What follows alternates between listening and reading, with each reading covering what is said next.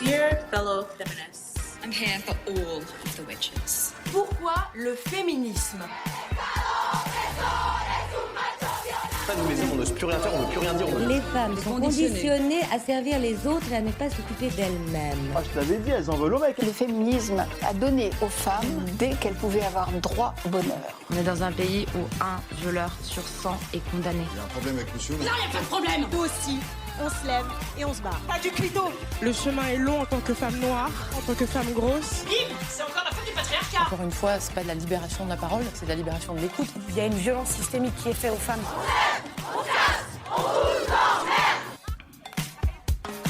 On se lève et on se casse sur Radio Campus Paris. Bonjour à toutes et à tous, c'est Pauline et vous écoutez On se lève et on se casse. J'espère que vous allez bien. Aujourd'hui, dans On se lève et on se casse, on parle d'un sujet primordial parce qu'il concerne des enfants, mais dont on peine encore à nommer la violence politique. Chaque année en France, 160 000 enfants sont victimes de violences sexuelles, dont une majorité d'inceste. Un enfant toutes les 3 minutes. Je sais, vous entendez beaucoup ces chiffres, mais essayez de vous visualiser un peu l'ampleur. Et pourtant, 73% des affaires sont classées sans suite et seul 1% des cas d'inceste aboutissent à une condamnation selon la Civise. En face de cette impunité massive, les mères qui tentent de protéger leurs enfants se retrouvent souvent criminalisées, réécrites par la justice et la police comme des femmes manipulatrices, calculatrices, voire folles, suspectées d'inventer, poursuivies pour non-présentation d'enfants, parfois privées de garde, alors même qu'elles signalent des violences de très longue date. Comment la justice française en arrive-t-elle là? C'est notre question. Quel mécanisme transforme les mères en coupables et les enfants en suspects? Mon invité aujourd'hui, c'est Romane Brizard, journaliste qui a enquêté depuis 2021 sur plus d'une centaine de dossiers d'enfants victimes d'inceste en rencontrant des mères de victimes d'inceste, souvent en fuite. Elle a publié Inceste d'État aux éditions Stock en octobre 2025, un livre qui montre comment nos institutions, donc la police, la justice, la protection de l'enfance, contribuent non seulement à l'impunité des incesteurs, mais à la mise en accusation des mères protectrices. Romane Brizard, bonsoir. Bonsoir. Votre enquête, donc, vous l'avez commencée en 2021 au moment de la parution du livre de Camille Kouchner, La Familia Grande, qui avait fait grand bruit, qui avait eu beaucoup de succès et beaucoup de retours, dans lequel elle parle de l'inceste subi par son frère jumeau vous avez commencé votre enquête, au moment du mouvement MeToo Inceste, qui a submergé Twitter de témoignages. Que ce soit des victimes que de mères d'enfants victimes d'inceste. Qu'est-ce qui, à ce moment-là, vous a poussé à commencer votre travail ? Alors, il y a effectivement la parution de La Familia Grande qui, en fait, provoque en partie, en tout cas, la vague de libération de la parole #MeTooInceste sur Twitter à l'époque. Et donc, moi, à l'époque, je suis étudiante en journalisme à l'école de journalisme de Sciences Po et je suis alternante pour Radio France. La journée, je travaille à la radio et le soir, je rentre chez moi, je vois cette foule de commentaires, de posts sur Twitter et en fait, je plonge dedans, je lis 1, 10, 100 témoignages, je les lis tous, je remonte au premier et voilà,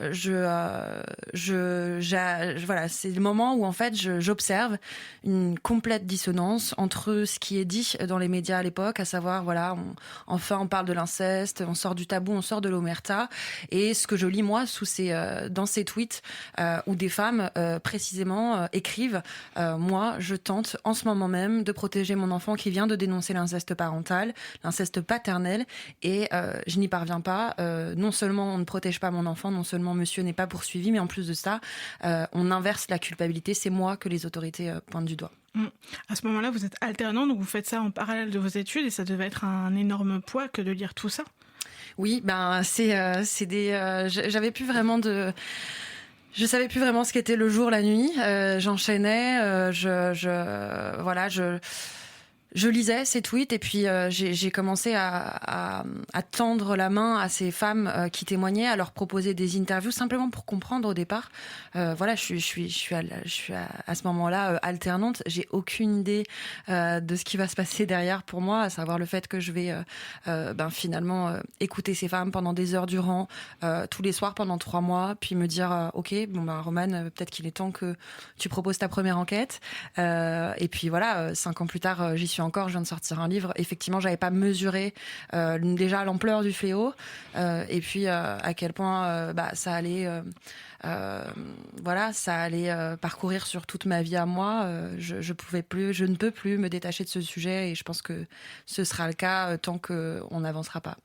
Comme vous l'avez dit, il y a une vraie dissonance cognitive au moment où la famille Grande sort et qu'il y a MeToo Inceste qui arrive, dans le fait qu'effectivement on parle beaucoup d'inceste et beaucoup de libération de la parole, mais finalement la chose elle est vue sous un angle complètement unilatéral, c'est-à-dire on a parlé d'inceste, c'est bon. Exactement. Comme si c'était fini. Comme si c'était fini, comme si le déni qui entoure l'inceste et tous les angles morts autour de l'inceste pouvaient d'un coup disparaître parce qu'on ose nommer cette torture qu'est l'inceste, parce qu'on ose inscrire ces lettres dans des titres de journaux. Non, on en est loin parce que ce déni autour de l'inceste et plus généralement autour des violences faites aux femmes et aux enfants, il est ancré dans notre société, il est historique, il est culturel. Et donc, il va falloir des décennies pour le combattre, pour obtenir des droits, tout comme toutes les luttes féministes et enfantistes, en fait. Donc non, on est loin du compte en 2021, on est toujours loin du compte aujourd'hui et c'est pour ça que c'était très important de sortir Inceste d'État, donc ce livre. C'est important qu'on en parle sur les médias étudiants, parce que il y a encore du boulot et moi c'est pour ça aussi que je suis heureuse de pouvoir venir à Radio Campus aujourd'hui parce que je pense que c'est les nouvelles générations qui vont pouvoir faire bouger les choses. Je le vois en parlant avec toutes mes sources, voire par exemple en parlant avec Camille Kouchner, donc qui a préfacé mon livre. Et qui me dit ton livre me répare, ton livre me donne de l'espoir parce que vous me donnez de l'espoir, ces générations-là me donnent de l'espoir, celle de nos mères elle est quelque part déjà derrière, c'est nous qui allons faire avancer la lutte, donc ouais. Et à l'époque vous avez été un peu visionnaire parce qu'effectivement il y avait cette dissonance cognitive, mais comme on disait juste ça y est, on en a parlé, c'est terminé, on est arrivé au bout, super, la lutte est terminée. Et donc il y a aussi le fait que vous avez vu l'angle mort de ce sujet, de se dire qu'est-ce qui se passe au niveau de la justice pour que finalement rien ne soit fait à la hauteur de l'ampleur de ce sujet. Et à part vous, peut-être qu'il y avait Édouard Durand qui parlait de ce sujet-là et qui disait en fait il y a un vrai problème, il est tellement systémique, il se passe à tellement de niveaux dans la chaîne judiciaire qu'il faut un vrai plan. Mais vous avez quand même vu quelque chose de nouveau et vous avez réussi à voir l'angle qui n'était pas traité.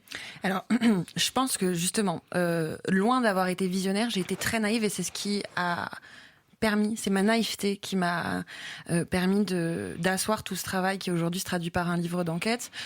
Pourquoi ? Parce que comme beaucoup de gens, je crois, quand ces femmes me racontent leur histoire pour la première fois, je me dis c'est pas possible, on dirait de la fiction. Des femmes qui me racontent que quand elles vont toquer à la porte de la justice parce que leur enfant dénonce l'inceste paternel, non seulement on leur rit au nez, on les soupçonne de manipuler ces enfants, voire même ces femmes en sont privées, les enfants sont placés chez le père. Ces femmes parfois fuient leur pays, sont recherchées par Interpol pour pouvoir protéger ces enfants que la justice voudrait obliger à revoir leur père. Moi, quand on me raconte ça au début, j'hallucine en fait, tout simplement, j'hallucine. Et donc je me dis, c'est simple, on dirait un thriller en fait. Soit j'ai rencontré une femme qui serait un raté judiciaire quelque part, qui me raconte une histoire exceptionnelle, mais qui en fait serait un cas isolé. Soit effectivement il y a quelque chose que j'ai pas pigé, que personne n'a pigé et qu'il faut donc creuser. Et il s'est avéré que c'était la deuxième conclusion. Malheureusement, ces femmes sont des milliers en France à subir cette inversion de la culpabilité et ces défaillances judiciaires. Et donc voilà, je pense qu'en fait et c'est tout l'intérêt du journalisme, en tout cas d'investigation auquel qui est mon métier et ma passion, c'est de se dire faut pas partir du principe qu'on connaît les choses en loin de là. Il faut fouiller pour pouvoir comprendre et ensuite pour pouvoir apporter l'information à d'autres, éveiller les consciences, participer à une lutte parce que on en parlera peut-être, mais je pense qu'il faut aussi une forme d'engagement dans ce métier-là. Souvent qu'on tente de nous de gommer justement chez les journalistes, notamment en école, alors qu'au contraire, je pense que c'est une force inouïe en fait. Tout à fait. On en parlera. Il y avait une phrase qui m'avait marquée à la fin de votre ouvrage là-dessus.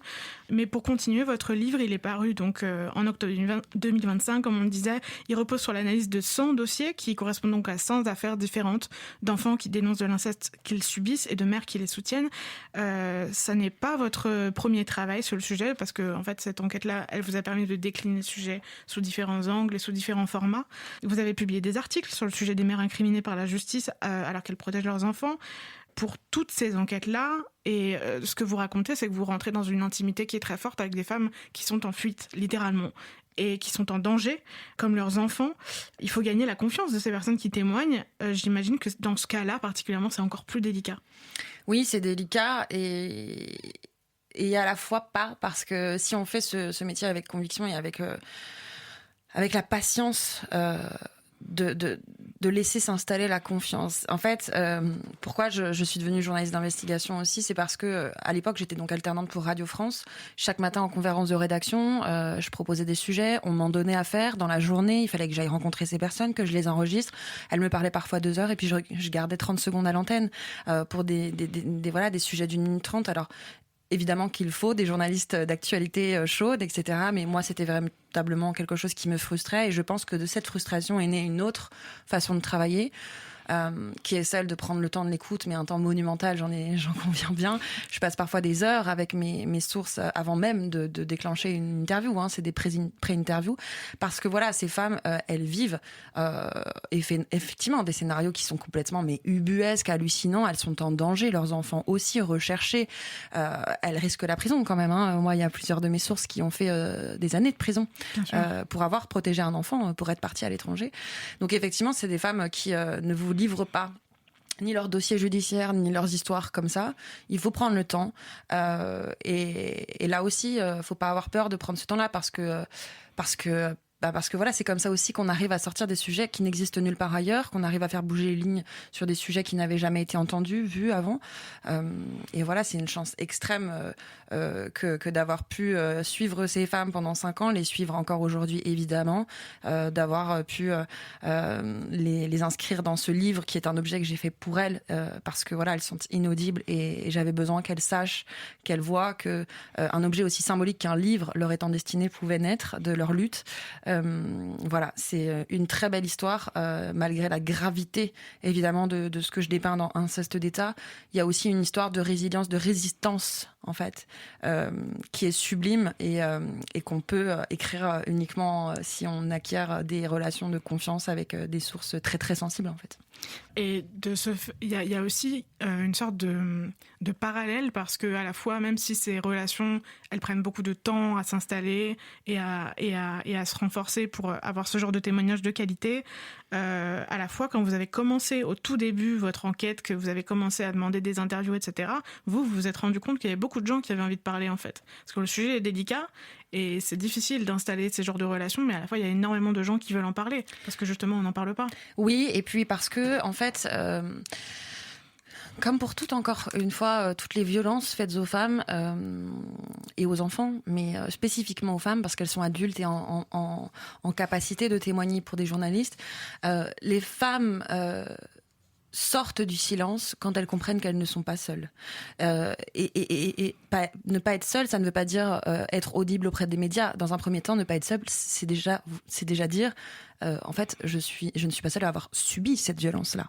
Et effectivement, c'est vrai pour mes sources, c'est vrai pour les victimes de viol, par exemple, qui se sont reconnues les unes les autres quand elles se sont mises à tweeter sur la manière dont on les accueillait dans les commissariats quand elles venaient déposer plainte, par exemple. Et ben voilà, en lisant d'autres témoignages de femmes qui disaient oui, moi aussi on m'a demandé quelle jupe j'avais, quelle attitude j'avais face à cet homme que je venais dénoncer. C'est en se lisant, en se reconnaissant, c'est cet effet miroir qui fait qu'on trouve la force, je pense, de s'extraire de cette solitude et de livrer ce témoignage qui va ensuite faire bouger les lignes. Donc c'était effectivement ça mon travail au tout départ. Déjà les approcher, leur dire moi j'ai besoin de vous écouter, moi j'ai envie de vous écouter et sachez que j'en écoute plein d'autres, vous n'êtes pas seuls à subir ça. Alors venez, on se réunit et venez, on en parle et c'est là où l'enquête prend encore une fois tout son sens. J'ai toujours refusé de faire du portrait par rapport à ces femmes. Je n'ai uniquement, que ce soit dans Libération, que ce soit dans Les Jours, dans toutes les enquêtes que j'ai pu faire sur ces femmes, à chaque fois, je croisais leur destin.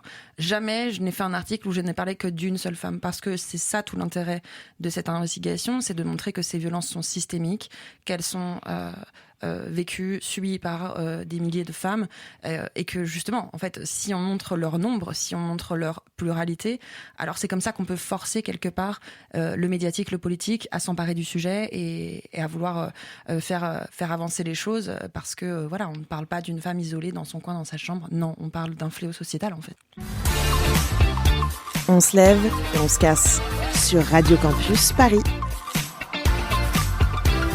C'était Naïka sur Radio Campus Paris avec son titre Matador. Vous écoutez toujours On se lève et on se casse sur Radio Campus Paris et nous sommes toujours avec la journaliste Romane Brizard, autrice de l'enquête Inceste d'État, quand la justice livre les enfants victimes à leurs bourreaux. On était en train de parler du fait que vous refusiez de faire des portraits de ces femmes-là parce qu'effectivement c'est un problème systémique, un fléau systémique et massif qui n'est pas reconnu par les institutions judiciaires.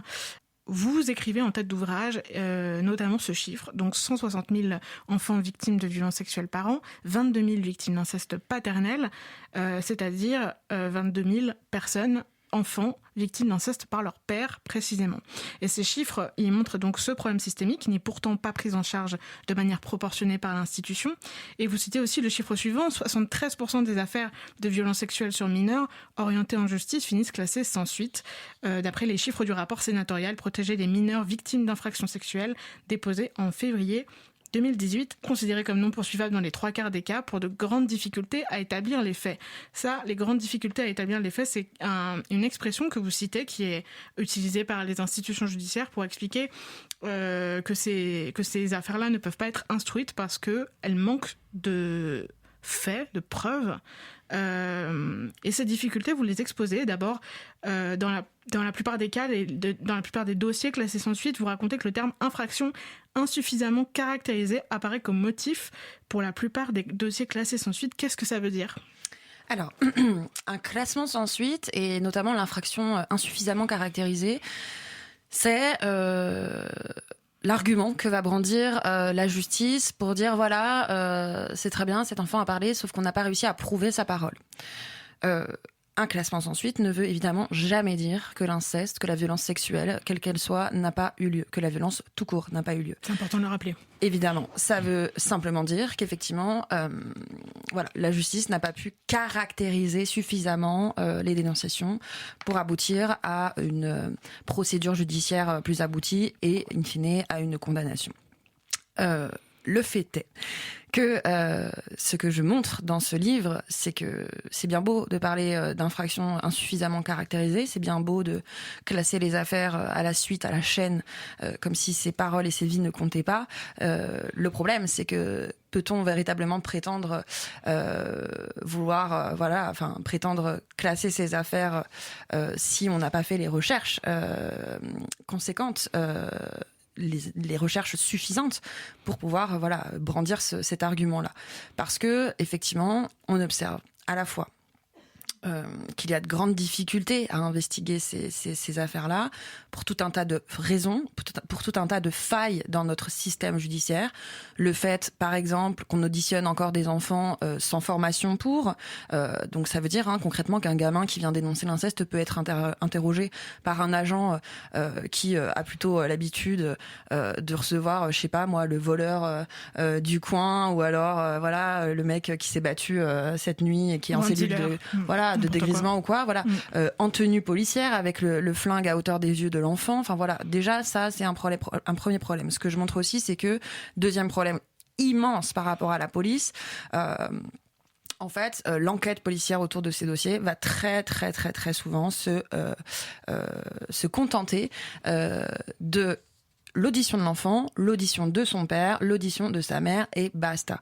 On ne va pas perquisitionner, par exemple, sur les 100 dossiers judiciaires que j'analyse dans ce livre, il y a eu seulement 2 perquisitions. Donc c'est absolument, c'est dingue quoi. Vraiment, moi quand je comprends ça, quand je commence mon enquête et que je comprends ça, je me dis c'est pas possible. C'est littéralement 2%, quoi. C'est rien. C'est rien. Et là, je vous parle que des failles qu'on observe au sein de la police, parce qu'après il y a effectivement tout le parcours judiciaire auprès des juges. juge, où là aussi il va y avoir des tonnes de failles. Et puis ensuite, auprès de l'aide sociale à l'enfance, parce que plutôt que de condamner, effectivement, on va forcer ses parents à suivre tout un protocole avec des éducateurs, etc., comme s'il s'agissait là, l'inceste, d'un conflit parental et non pas d'un crime, en fait. Donc voilà. Premier constat, c'est effectivement ça. On classe, mais on classe à la chaîne parce qu'en fait, on ne prend pas la mesure, on ne prend pas l'énergie, le déploiement de moyens qu'il faudrait pour pouvoir correctement instruire ces dossiers. Et donc, du coup, quand on est face à ce premier bilan, le deuxième, c'est de mettre les termes, à savoir, effectivement, l'impunité de l'inceste en France. C'est pas la cause, ce n'est pas une question, en fait, juste de manque de moyens, de temps et de formation. Ça, c'est pas la cause de l'impunité. Ça, c'est la conséquence de la tolérance, donc, de tout un chacun, et notamment du politique, de la société française face à la domination masculine sur le corps des femmes et des enfants. Pourquoi je dis ça ? Parce que, tout simplement, si véritablement on avait compris ça, si véritablement on assumait cet ancrage patriarcal de notre société et qu'on voulait lutter contre, alors on mettrait des moyens pour lutter contre l'impunité de l'inceste. Donc voilà, c'est simplement une inversion pour moi, hein, c'est une inversion des charges, des responsabilités de tout à chacun. Encore une fois, je vais reparler de naïveté, mais moi au tout début de cette enquête, quand j'interroge les ministères et qu'ils me disent oui c'est terrible, hein, l'impunité c'est parce qu'on n'a pas assez d'argent en fait. J'y crois au départ.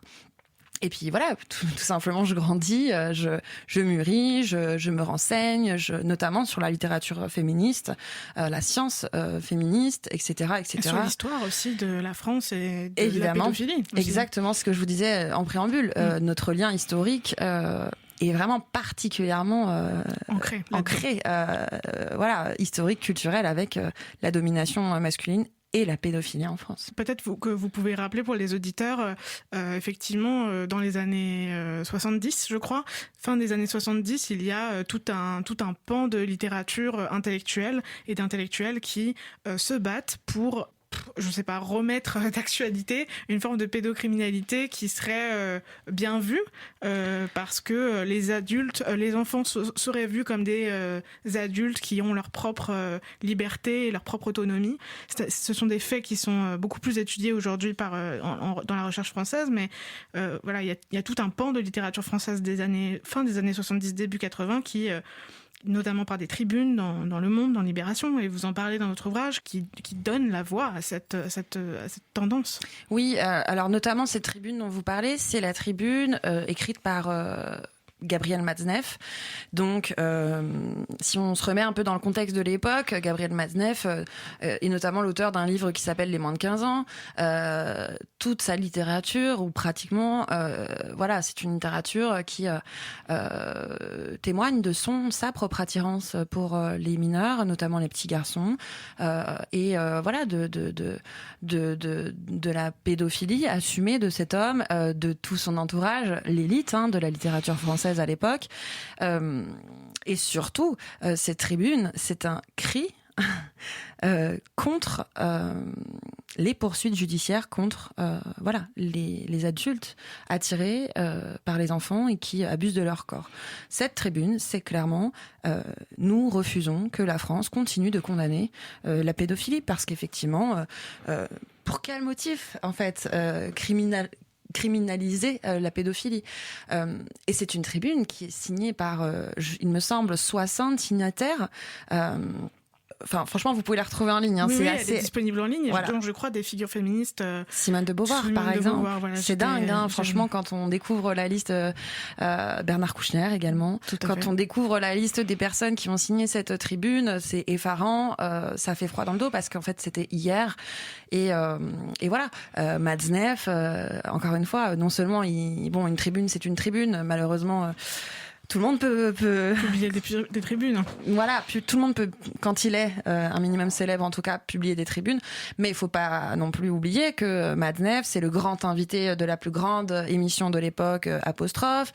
C'est quelqu'un qui est plébiscité tout simplement. Et c'est aussi cet homme qui a été dénoncé, mais assez récemment, par Valença Springora dans Le Consentement. Donc cette histoire, elle est effectivement vieille, et en fait, elle est encore bien plus vieille que ça, parce qu'en fait, si on veut remonter un peu la pendule de l'inceste et en tout cas de la domination sexuelle des hommes sur le corps des enfants, en fait, c'est une histoire de religion aussi, tout ça, c'est une histoire antique en fait. D'ailleurs, pour redonner un autre exemple que moi j'avais découvert dans le livre Les couilles sur la table de Victoire Tualion. Elle expliquait que en Grèce antique, un petit garçon devenait homme le jour où en fait son précepteur, qui était, si je me souviens bien, la plupart du temps son parrain, donc en fait c'était incestuel, le déflorait. C'était ça, devenir un homme. Et en fait, alors oui, quand je dis ça, sûrement que personne se reconnaît là-dedans à l'heure actuelle. Et pourtant, en fait, les dérives et les cicatrices de ce monde-là, elles sont encore béantes et elles existent d'autres manières.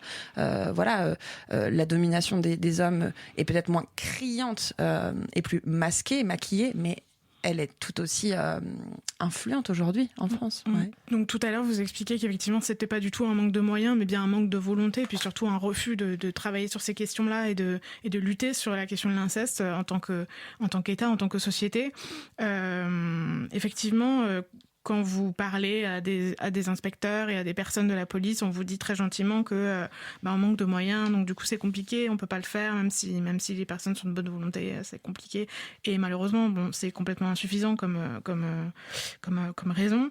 Et vous listez notamment plein de problèmes à différents endroits du traitement judiciaire de ces affaires-là qui posent problème, notamment une enfilade de défaillances juridiques, le manque de structure appropriée pour accueillir des paroles d'enfants et une absence de formation des policiers, ça on en parlait tout à l'heure. Et vous parlez des salles Mélanie, que moi je ne connaissais pas. J'en avais aucune idée qu'il y avait effectivement des salles qui étaient déjà construites et déjà perçues pour accueillir des enfants dans de bonnes conditions et pas avec un flingue à la ceinture et en se disant tiens, tu vas me parler de ça. Est-ce que vous pouvez nous dire déjà à quel point elles sont déjà répandues en France? En fait, elles sont très peu répandues. Et aussi pourquoi elles aident, pourquoi elles sont très importantes dans le recueil, dans l'évolution des méthodes de recueil de ces paroles-là. Alors, la salle Mélanie, c'est déjà un décor. Loin de cette salle d'audition lambda d'un commissariat froid, impersonnel, souvent très vétuste aussi, parce que c'est aussi ça, la France et les commissariats français. C'est un décor dans le sens où ça va être une salle où on va mettre des murs colorés, où on va avoir des petits fauteuils adaptés aux enfants, de couleurs. On va avoir des peluches, on va avoir des poupées, on va avoir des crayons de couleur. En fait, c'est quelque part reproduire une salle de jeu ou une chambre d'enfant, en tout cas un lieu accueillant pour un enfant, où ils se sentent à l'aise, où ils se sentent en sécurité parce qu'ils se reconnaissent dans ce décor. C'est très bien pensé parce que typiquement ces poupées-là ne sont pas là uniquement pour rassurer, elles sont aussi là pour permettre à l'enfant de parler et pas forcément qu'avec les mots, parce que on le sait, que ce soit sur les adultes ou les enfants, être auditionné, témoigner, c'est à chaque fois revivre aussi le viol, l'agression sexuelle qu'on a subie. Donc il faut tenter de limiter un maximum tout ça. Et donc, par exemple, offrir des peluches ou des poupées à des enfants, c'est aussi leur permettre parfois de montrer sur un autre corps que le leur ce qu'ils ont subi, d'écrire avec aussi leurs petits gestes d'enfants. Des enfants ne peuvent pas, n'ont souvent pas le vocabulaire pour évoquer un viol ou une agression sexuelle, et c'est bien naturel en fait. Donc voilà, c'est une histoire de décor, mais c'est aussi une histoire de forme, mais aussi de fond. C'est-à-dire que ces salles Mélanie ne servent absolument à rien si les policiers qui les habitent sont des policiers qui ne sont pas formés à l'audition de mineurs. Et donc pour ça, il y a des protocoles en France d'audition à hauteur d'enfants qui sont aussi expérimentés dans d'autres, ailleurs dans le monde, et fort heureusement.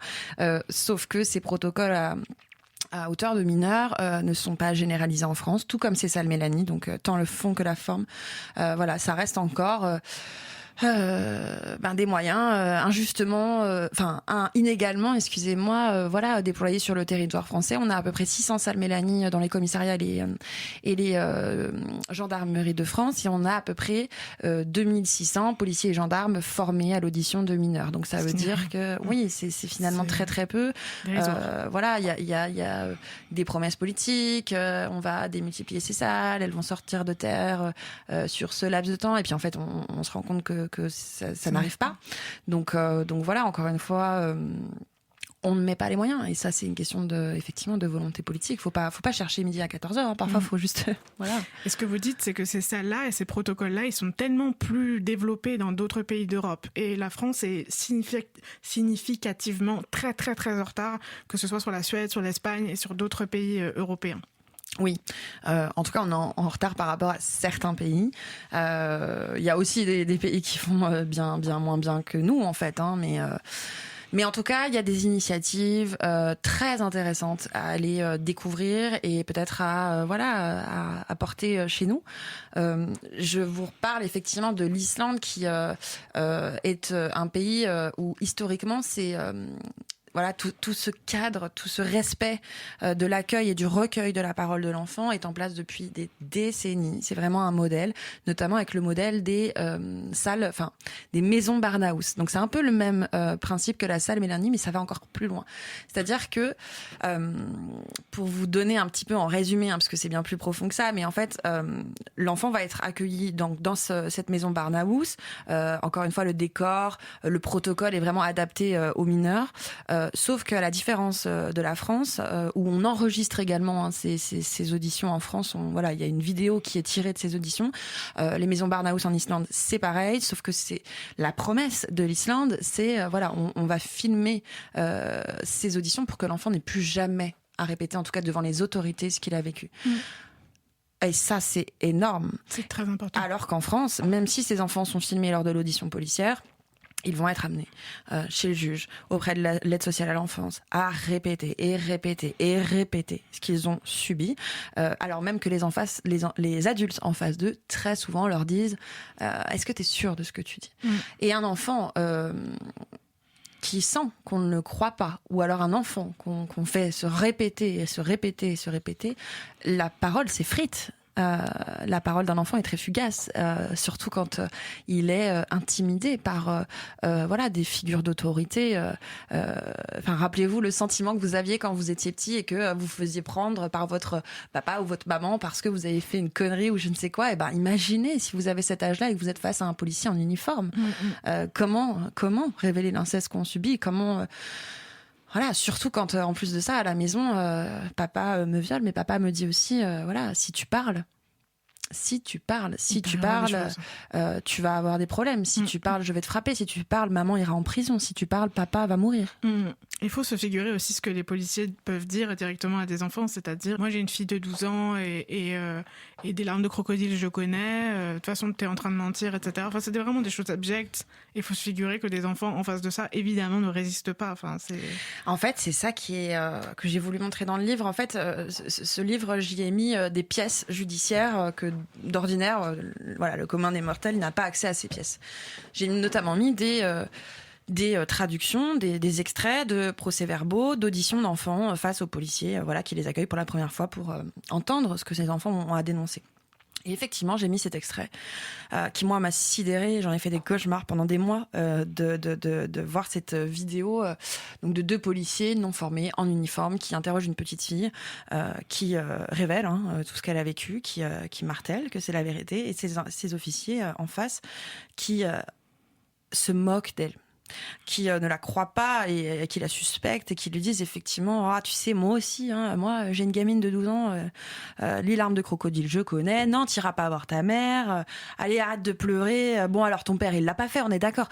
Voilà, c'est ça qui se passe quand effectivement les gens ne sont pas formés, et c'est ça qui se passe aussi dans un monde patriarcal. Et il faut bien comprendre que le juge n'est pas juste parce qu'il est juge, le policier n'est pas meilleur qu'un homme lambda parce qu'il est policier. Au contraire, en fait, cette société dans son ensemble souffre cette société est misogyne, et la justice n'y échappe absolument pas. Bien sûr, et c'est assez dingue de se dire qu'en France, en 2025, tous ces acteurs de la chaîne judiciaire, qu'ils soient policiers, qu'ils soient magistrats, qu'ils soient éducateurs, etc., ne sont pas obligatoirement formés, en fait. Enfin, c'est quand même le b.a.-ba.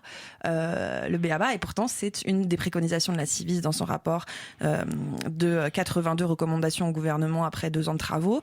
C'était une des mesures, voilà, s'il vous plaît, former la chaîne judiciaire, et force est de constater que c'est une mesure qui n'est toujours pas appliquée. C'est dingue. C'est dingue, et ça prouve bien que tous les corps judiciaires font partie de la société à part entière. La Civis dont vous parlez, elle rappelle aussi que seulement 3 à 16% des victimes présentent des signes physiques d'abus. Ce qui est très important quand même dans les processus judiciaires, parce que quand on sait ça, normalement on adapte. Si on veut lutter en tant que société là-dedans, on adapte le processus judiciaire, on révolutionne le truc en profondeur et on y réfléchit vraiment. Là, pour l'instant, c'est vraiment pas du tout le cas. Donc cette donnée, elle n'est pas du tout intégrée par les magistrats. Vous avez vu à aucun stade qu'il y avait cette prise en compte-là? Non, et pourtant, en fait, c'est la base de toute procédure. Parce que, en fait, trace, c'est quoi la trace de l'inceste? En fait, la trace indubitable du viol ou de l'agression sexuelle, ça va être...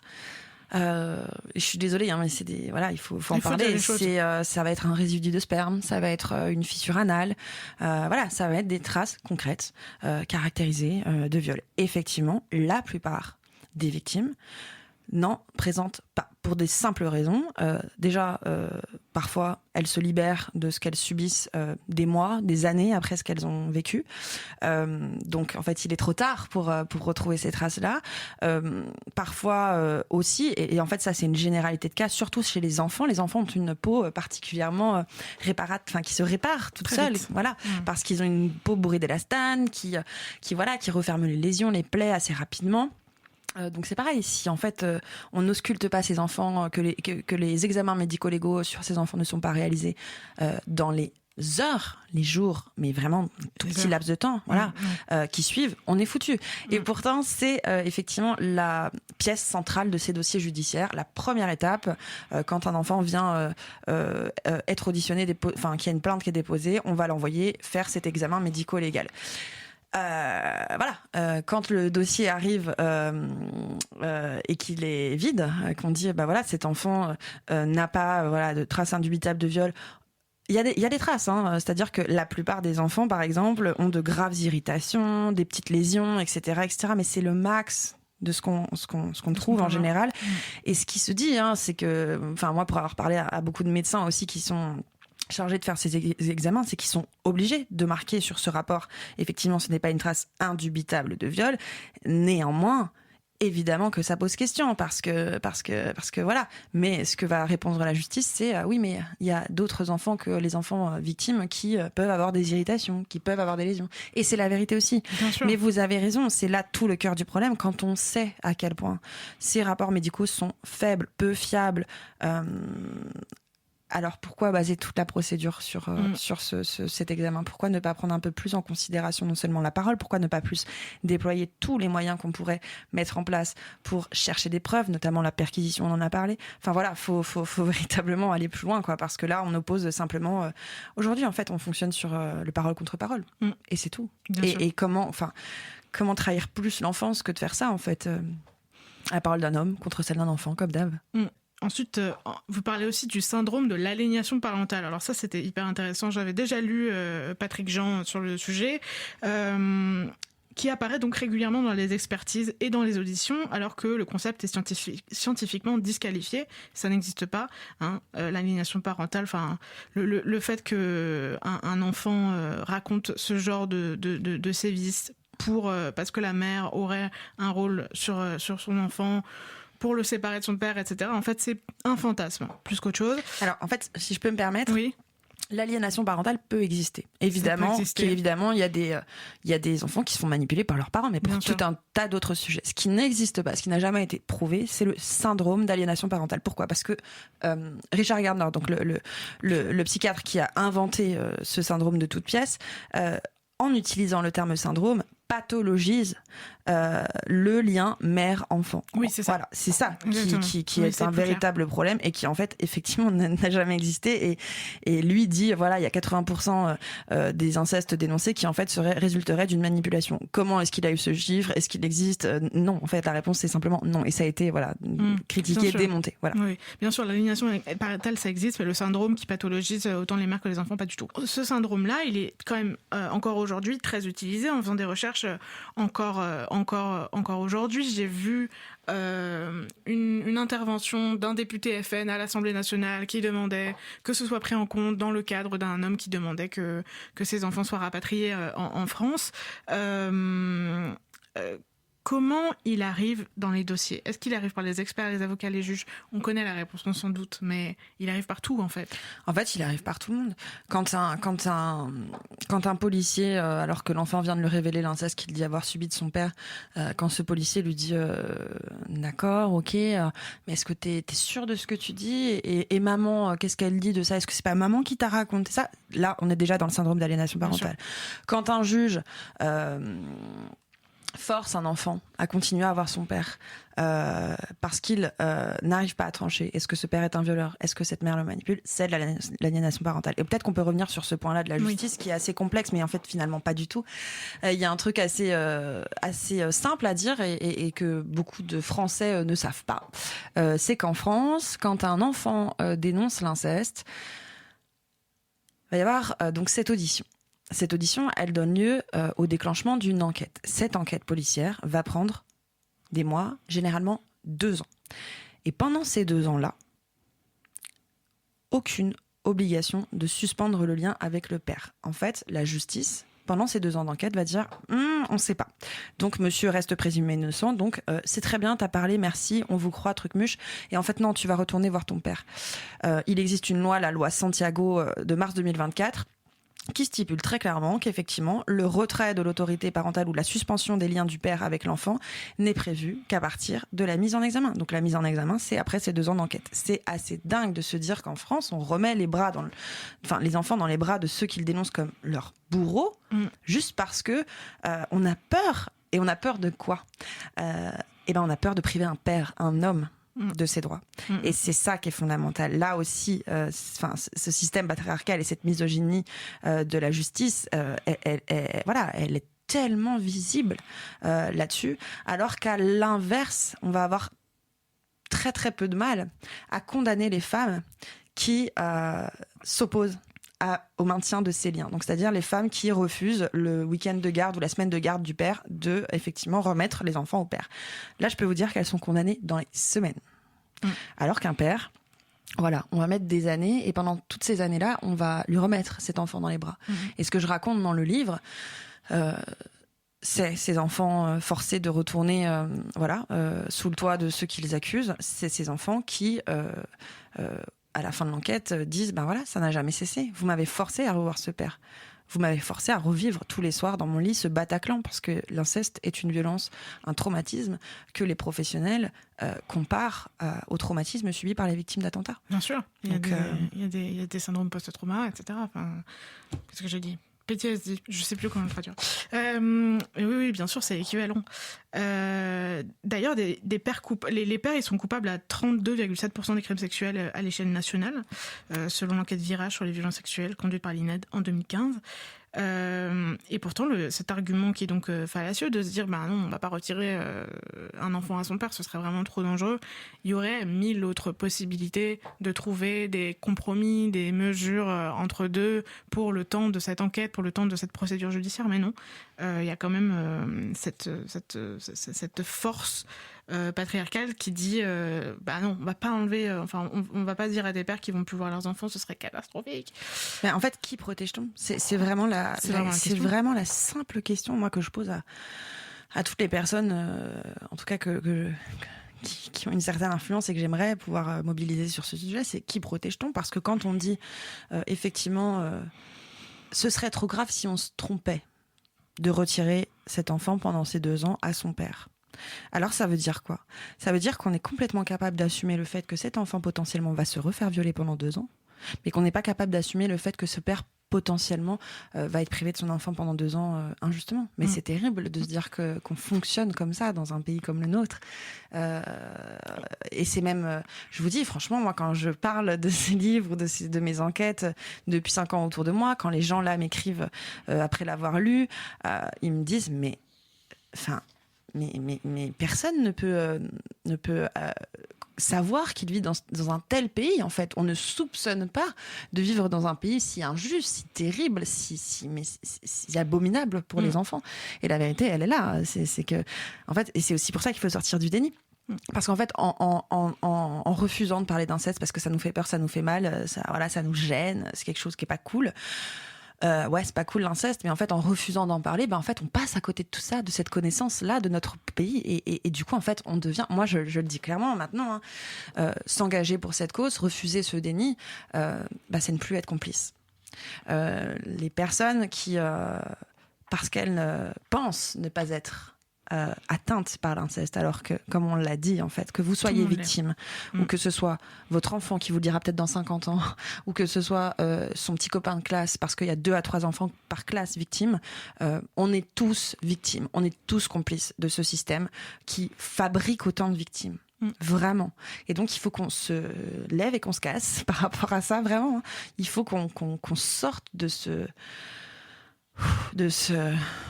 c'est terrible, quoi. C'est de ce système de torture, en fait, parce que exactement, ouais. Et d'ailleurs, il y a des mamans tellement courageuses qui bossent, mais sans relâche, pour faire reconnaître, ces violences institutionnelles qu'elles subissent pour avoir dénoncé des violences sexuelles sur leurs enfants, et qui ont, amené le sujet, effectivement, du traitement judiciaire de l'inceste jusque devant le comité contre la torture de l'ONU, pour faire reconnaître effectivement ces violences institutionnelles-là comme une torture, parce que c'est une torture.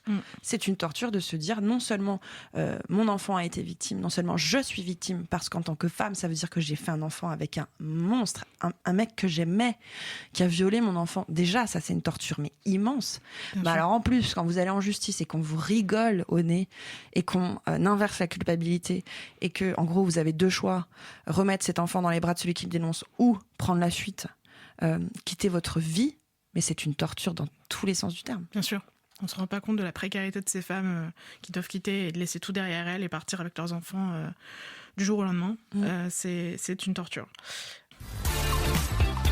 On se lève et on se casse sur Radio Campus Paris.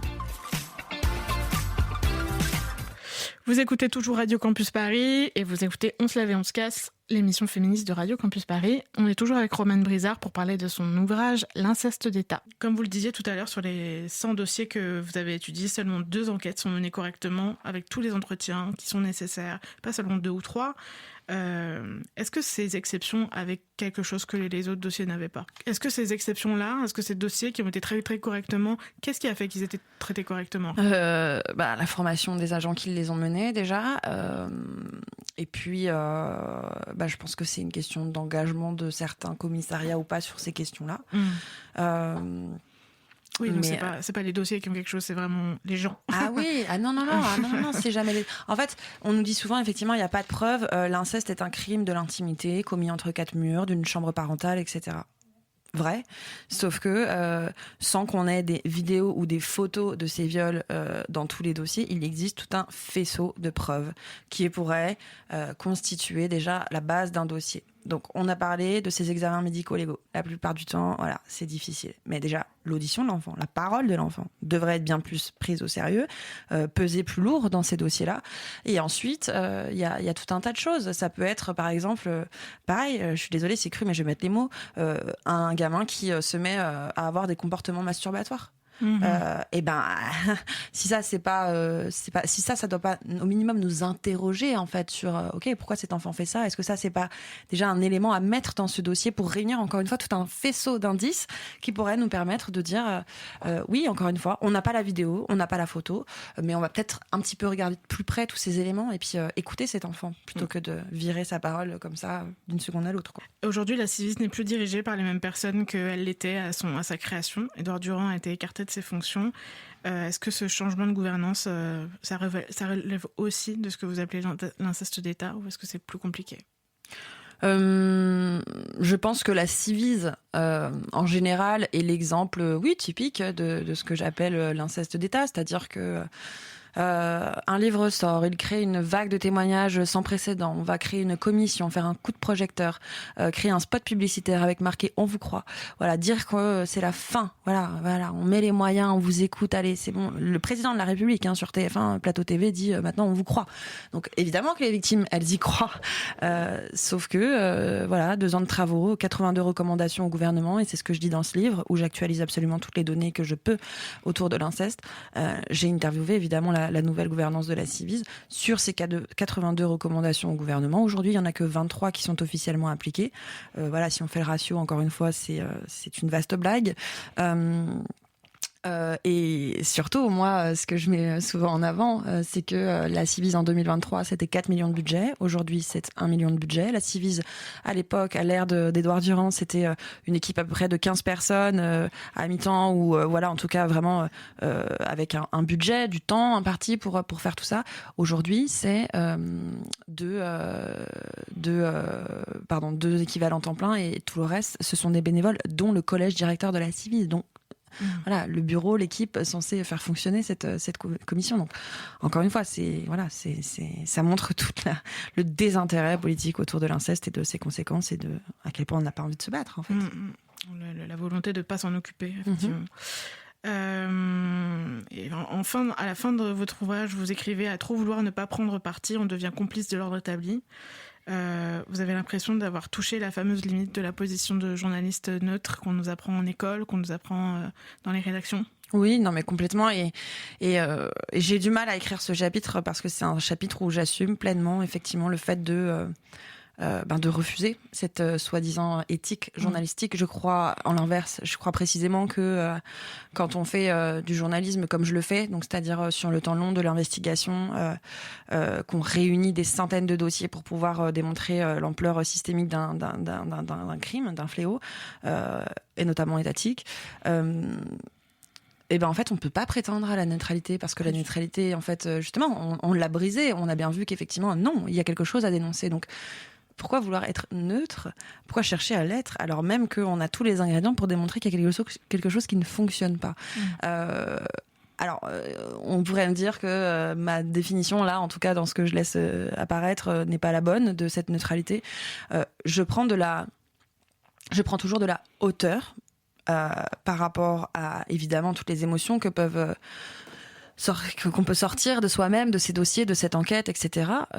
Pour avoir la tête froide quand j'écris, etc. Mais par contre, je dénonce quelque chose qui existe et je le documente pour qu'on puisse lutter contre. Je crois qu'on ne doit pas avoir peur de se tourner vers des sujets avec le cœur. Déjà, ça c'est très important. S'il y a des journalistes ou futurs journalistes qui nous écoutent, très très important. En fait, on vous dit souvent, faut pas aller trop proche des sujets qui nous touchent, etc. Vous ne ferez jamais des meilleurs sujets que lorsque vous y croyez vraiment. En fait, on le voit de plus en plus, des podcasts écrits à la première personne, des livres écrits à la première personne, etc. Et pourtant, ça reste des enquêtes fondamentales et très rigoureuses, etc. Je pense qu'on est dans une nouvelle ère où on sort un petit peu de tout ce qui était établi et dicté notamment par des hommes dans les écoles de journalisme. Beaucoup. Et voilà, on assume un peu plus qui on est, ce qu'on a envie de faire, et puis voilà quoi. Stop en fait. Voilà, ça fait du bien entendre en fin d'émission, ça. C'est la fin de cette émission, ça passe toujours trop vite. Merci beaucoup, Romane Brizard, de vous être jointe à nous. On était très heureuse de vous avoir avec nous. Merci à vous. Je rappelle que votre livre Inceste d'État, quand la justice livre les enfants victimes à leurs bourreaux, publié aux éditions Stock en octobre dernier, est disponible dans toutes les librairies. Allez en librairie indépendante, s'il vous plaît. Merci à toutes et à tous de nous avoir écoutés. On revient le 20 janvier prochain pour une nouvelle émission. On vous dit à très bientôt. D'ici là, prenez soin de vous en cette fin d'année. Salut tout le monde.